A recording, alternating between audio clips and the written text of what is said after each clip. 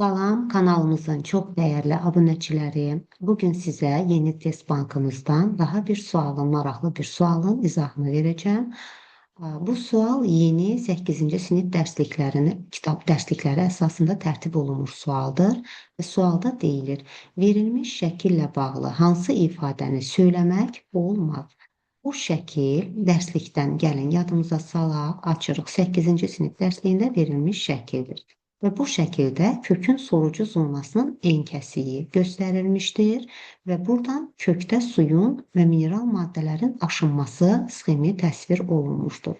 Biz görürük ki, kökün epidermis qatının çıxıntıları, bunlar ixtisaslaşmış örtük dəricik hüceyrələridir və onlar kök səthinin sahəsini artıraraq su və mineral maddələrin torpaqdan sorulmasını təmin edir. Ötürülür əvvəlcə epidermis qatına, sonra korteks qatına və ya kökün qabıq hüceyrələrinə də deyə bilərik və endodermis qatına və ya endoderma qatına kökün qabığını ötürücü toxumalardan ayırır. Ötürücü toxumaların yerləşdiyi sahəni isə mərkəzi silindr adlandırırıq. Tam mərkəzdə belə ulduz şəklində ksilin boruları, hansı ki ölü hüceyrələrdən ibarət olub, su və mineral maddələrin yalnız bir istiqamətdə yuxarıya, aşağıdan yuxarıya doğru hərəkətini təmin edir. Onun kənarlarında isə mavi rəngdə floem borularını görürük. Onlar canlı hüceyrələrdən ibarət olub, üzvü maddələrin hər iki istiqamətdə ötürülməsini təmin edir.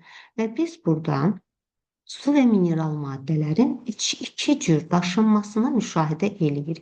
Bunlardan biri su böyük rəngdə göstərilib, su və mineral maddələrin hüceyrədən hüceyrəyə keçərək ötürülməsini göstərir.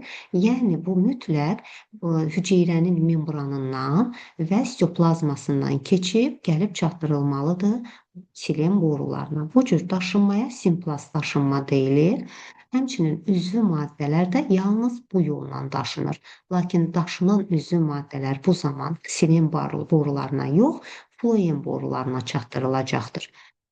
Digər bir daşınma üsulu isə qırmızı rəngdə göstərilmişdir. Su və mineral maddələrin hüceyrə arası boşluqlarla və ya hüceyrə divarından keçərək daşınmasını göstərir ki, bu daşınma isə apoplast daşınma adlanır və bu yolla yalnız su və mineral maddələr, yəni qeyri-üzvü maddələr daşınır. Silen borularına çatdırıla bilər. Biz dərsi təkrar etmiş olduq. İndi gəlin sualımıza baxaq. Sualda deyilir, verilmiş şəkillə bağlı hansı ifadəni söyləmək olmaz?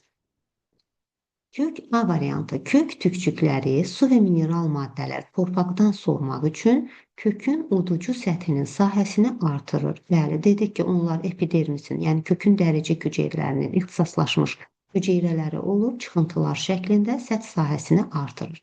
Deməli, bu doğru fikirdir. B variantında deyilir, torpaqdan sorulan maddələr epidermis, qabıq hüceyrələri, endoderma ardıcıllığı ilə borucuqlara ötürülür. Bəli, bu da doğru fikirdir. Yəni ardıcıllığa baxırıq. Bayaq qeyd elədiyimiz kimi eyni ardıcıllıqla gəlib silen borularına ötürüləcəkdir. C variantında deyilir, suda həll olmuş şəkər və amin turşular yalnız hüceyrə membranlarını keçərək bir hüceyrədən digərinə ötürülür. Bəli, bayaq qeyd etdiyimiz kimi su və mineral maddələrin daşınması simplast yolla, yəni hüceyrələrdən hüceyrə membranından keçərək daşındığı kimi, üzvü maddələrin də daşınması məhz bu yolla olacaqdır.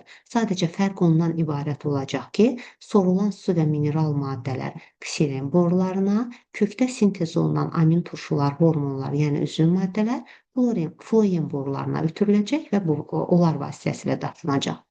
C variantında bunu oxuduq. D variantında deyilir, su və mineral maddələr həm hüceyrə arası boşluqlarla, həm də hüceyrədən hüceyrəyə keçərək borucuqlara çatdırılır. Şəkildən görürük ki, su və mineral maddələrin daşınması iki yolla oldu. Həm simplast, yəni hüceyrədən hüceyrəyə, yəni mütləq şəkildə membrandan və sitoplazmadan keçməlidir və yaxud da ikinci bir yol qırmızı ilə göstərir, apoplast daşınma, yəni hüceyrə arası boşluqlarla və ya hüceyrə divarından keçərək yenə də daşınacaq ksilen boruları. Deməli, D variantını da söyləmək olar. Y variantında deyilir, hüceyrə arası boşluqlarla daşınan su və mineral maddələr ksilen borularına, hüceyrədən hüceyrəyə, hüceyrə membranını keçərək daşınan su və minerallar isə xloem borularına daxil olur.